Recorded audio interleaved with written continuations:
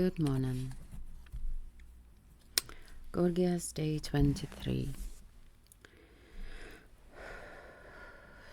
Socrates.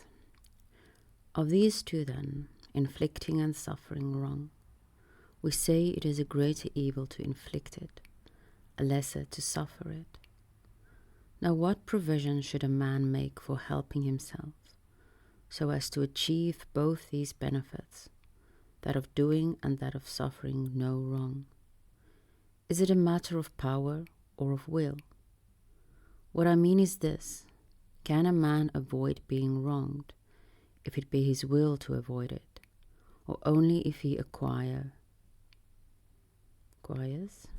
power to avoid it? Callicles, that is quite evident. He must acquire power. Socrates, and what about doing wrong? Is it quite enough if he does not choose to do wrong? For then he will not do it. Or must he equip himself here also with a certain power and an art, on the ground that if he does not learn and practice this, he will do wrong? Why will you not answer me this very question, Callicles, whether you think that Polus and I were or were not rightly compelled in our previous argument to agree in admitting that no one voluntarily does wrong, but that all who do wrong do so against their own will? Let it be so, Socrates, that you may conclude the argument. Well, it's not concluding it very soon. There's still a lot of pages to go. Then it is also for the purpose of avoiding wrongdoing that we must equip ourselves with a certain power and art. Important. Also for the purpose of avoiding wrongdoing that we must equip ourselves with a certain power and art. Certainly. Now what is the art of contriving to suffer no wrong, or as little as possible? See whether you agree with my opinion, which is this: you must either be yourself the ruling power, or even a tyrant in your city, or else a partisan of the government in power. You see, Socrates, that I am ready to applaud you if you speak aright, and now I think you have said something really excellent, because he likes human power, the power of the politicians, the Polus. How interesting that the dude's name is Polus.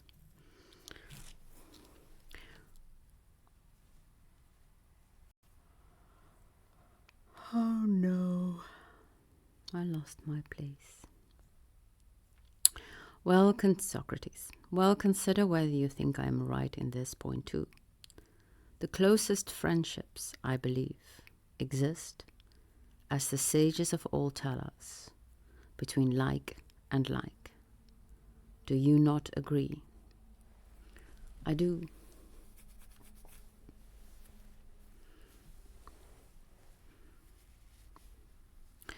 Now where a tyrant is in power who is savage and illiterate, if there should be anyone in his city far better than himself, the tyrant, I presume, would be afraid of him, and the man could never in his heart of hearts be the tyrant's true friend. That is so. Nor could one who was much the tyrant's inferior, for the tyrant would despise him and would never feel for him the warmth of a friend. That also is true. There remains then only one person as a friend worth reckoning to such a man, namely one of the same character, who agrees with his taste and dislikes, and is willing to be subject and subservient to the ruler. And he will have great power in the state, and no one will wrong him with impunity. Is it not so? Yes. Then if any of the young men in this city should ponder how he might win great power, and none could wrong him, this, it seems, is the path for him: to accustom himself from childhood to feel pleasure and annoyance at the same things as his master, and to contrive to be as like him as possible. Is it not so? Yes. Now, according to your theory, he will thus have contrived to suffer no wrong and to possess great power in the state. Certainly. And to do no wrong as well? Or is this far from being the case? If he is to resemble a master who is evil and to possess great influence with him?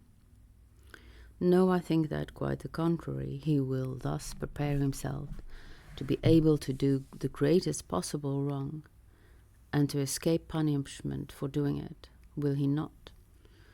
Evidently. Then the greatest possible evil will dwell in him, for he will be depraved of soul and ruined through his imitation of his master and through his power. Somehow or other you keep twisting our arguments this way and that, Socrates. Do you not realize that this imitator of the tyrant will, if he so wishes, put to death the man who refuses to imitate him, or will deprive him of his property? I imagine this was written a bit later. It does very much sound like the political shit that Plato had to deal with later in his life. Socrates, I know, my good sir, if I am not deaf, for I have heard it often enough from you and Polus recently, and from practically everyone else in the city. But I tell you in turn that though he may kill the other, if he wishes, it will be a villain murdering a good and worthy man.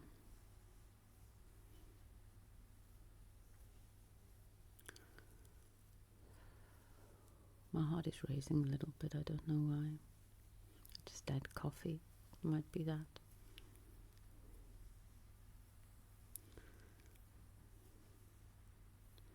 Is not this a very feature that fills one with indignation? Callicles asks Socrates.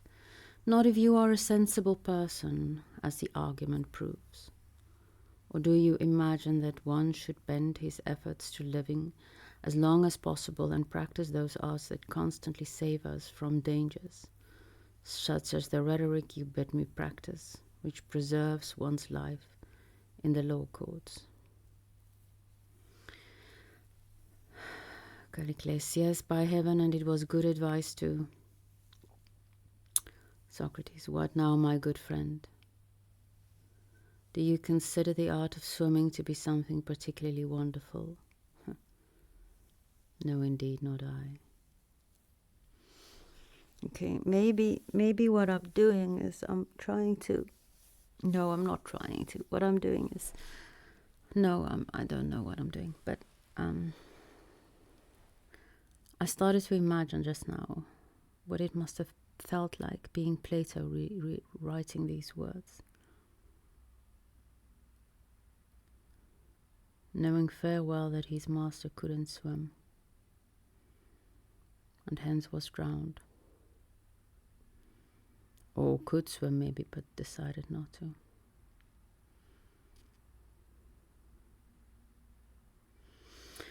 Socrates, and yet even that art saves men from death whenever they fall into some situation where such knowledge is needed.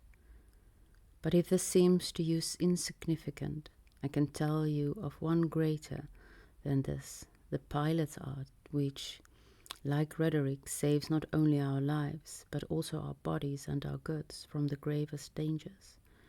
And this art is unpretentious and orderly, and does not put on airs or make believe that its accomplishments are astonishing. But in return for the same results as those achieved by the advocate, if it brings you here safely from Aegina, it asks but 2 obols, and if from Egypt or the Black Sea, for this mighty service of bringing home safely all that I mentioned just now, oneself and children and goods and womenfolk, and disembarking them in the harbour, it takes 2 drachmas at the most. And the man who possesses this art and achieves these results goes ashore and walks alongside his ship with modest bearing. For I suppose he is capable of reflecting that it is uncertain which of his passengers he has benefited and which he has harmed by not suffering them to be drowned, knowing as he does that those who he had landed are in no way better than when they embarked, either in body or in soul. He knows that if anyone afflicted in the body with serious and incurable diseases has escaped drowning, the man is wretched for not having died and has received no benefit from him. He therefore reckons that if any man suffers many incurable diseases in the soul, which is so much more precious than the body, for such a man life is not worthwhile, and it will be no benefit to him if he, the pilot, saves him from the sea or from the law court or from any other risk. For he knows it is not better for an evil man to live, for he must needs live ill. This is why the pilot is not accustomed to give himself airs, even though he saves us. No, my strange friend, nor the engineer either, who at times has no less power to save life than the general or anyone else, not to mention the pilot. For at times he preserves entire cities. Do you place him in the same class as the advocate? And yet if he were inclined to speak as you people do, Callicles, making much of his services, he would bury us under the weight of his arguments, urging and exhorting us on the necessity of becoming engineers, since all other professions are valueless, for he can make a good case for himself. But you disdain him and his craft nonetheless, and would call him engineer as a term of reproach, and you would never be willing to give your daughter to his son, or to take his daughter yourself. And yet if we look at the reasons for which you praise your own accomplishments, what just cause have you for disdaining the engineer and the others I mentioned just now? I know you would say you are a better man and of better family. But if by better you do not mean what I do, but goodness consists merely in saving oneself and one's property, whatever one's character, it is ridiculous to find fault with the engineer and the doctor and the other crafts devised for the purpose of giving safety. The importance of character. But, my good sir, just reflect whether what is good and noble is not something more than saving and being saved. Just reflect whether what is good and noble is not something more than saving and being saved. Perhaps the true man should ignore this question of living for a certain span of years, and should not be so enamoured of life, but should leave these things to God, and, trusting the womenfolk who say that no man whatever could escape his destiny, should consider the ensuing question: in what way one can best live the life that is to be his, whether by assimilating himself to the type of government under which he lives, so that now, after all, you must become as like as possible to the Athenian people, if you are to be dear to them and wield great power in the city. Consider, my good friend, whether this is of benefit to you and to me, so that we may not suffer what they say is the fate of the Thessalian witches who draw down the moon from heaven, and find that our choice of such power in the city means the sacrifice of what is dearest to us.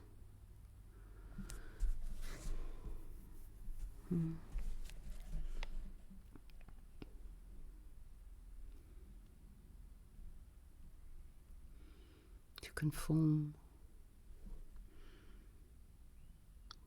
to sacrifice of that what is dearest to you.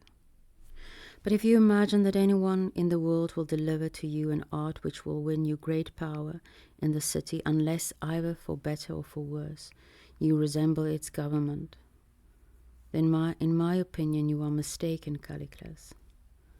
You must not be a mere imitator, but must bear a natural resemblance if you are to effect a genuine friendship with the Athenian demos.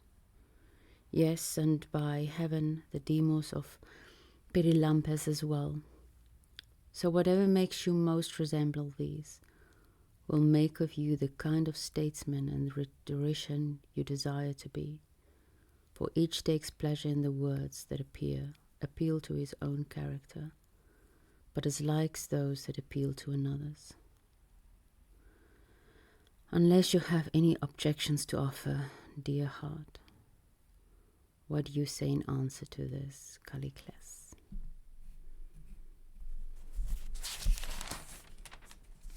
Oh, I read a lot, so I did not interrupt myself the whole time.